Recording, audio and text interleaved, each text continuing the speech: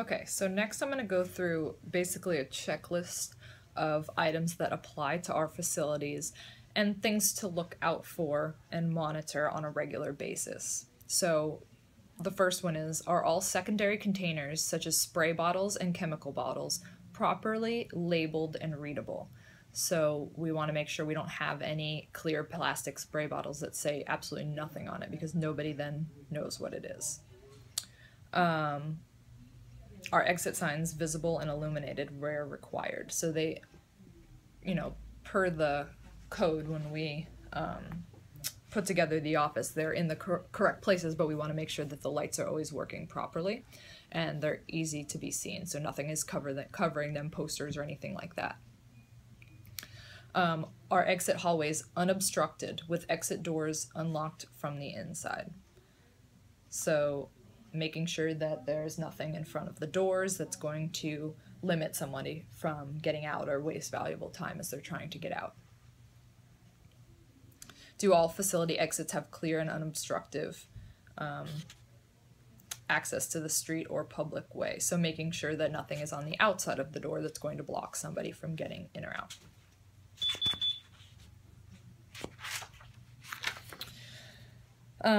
Make sure that treatment or exam rooms have been inspected for outdated supplies. So we don't typically use things that are going to be expiring with patients, and I think we go through things pretty quickly, but looking at if there's any dates for biofreeze that when it expires or isn't working as well by, all of those things should be checked periodically. Making sure all the fire extinguishers are fully charged, accessible, and inspected in their designated places.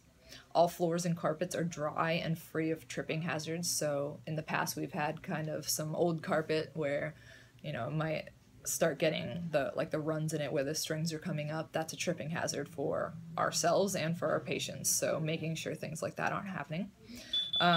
Storage items aren't stacked higher than 5 feet unless a step stool is available and is located more than 3 feet away from any heat source. So that would apply primarily to, I would say, the hydroculator. You don't want to have anything that's going to be close enough to that where it pose a potential fire hazard. Are hand sanitizer and sinks available and easily accessible? First aid kits are available in both offices and up to date as far as nothing in it is expired. Did the emergency backup lights, batteries, have they been tested once a month?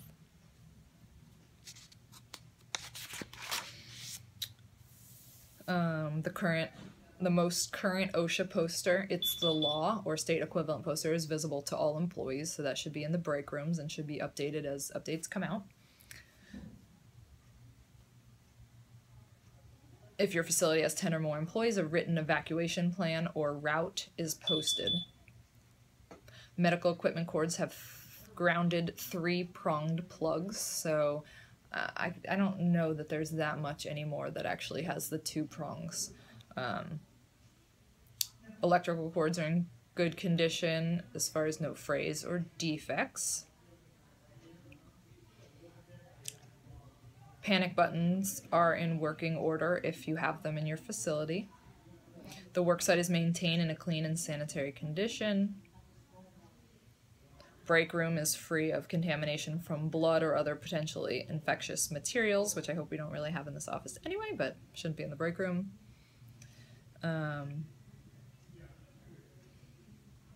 The break area is free of hazardous chemicals unless properly segregated. So if they're all in one place away from where people are eating, then that is completely fine.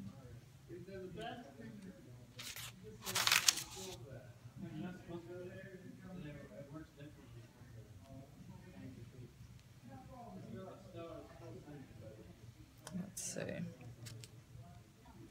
Hazardous chemicals are stored properly. All items are stored at least 18 inches from the ceiling in sprinklered areas. So in Claremont, we don't have sprinklers in the office. In Ocoee, we do. So making sure nothing is within 18 inches of those sprinklers, which pretty much that shouldn't occur. What else applies to us? Using gloves in proper situations where you may be doing more of an internal exam if you're doing women's health, or even if you're looking at someone for TMJ issues and you're sticking their hand in your mouth, making sure you're always wearing gloves for situations like that to protect yourself.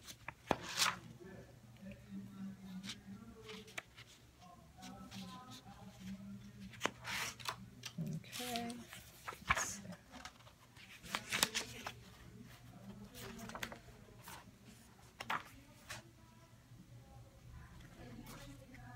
Okay, I think that's it as far as the weekly and monthly checks that need to be made and aware of. So at this time I want to kind of have an open discussion and dialogue about any concerns or questions you may have that may be affecting your safety in the workplace. Anything that, you know, might need to be brought to light at this moment. So what we'd like to do is let's all pick somebody to be the receptionist and have them write down, just start making a list of different things that we'd like to take a better look at just to make sure everyone here is safe.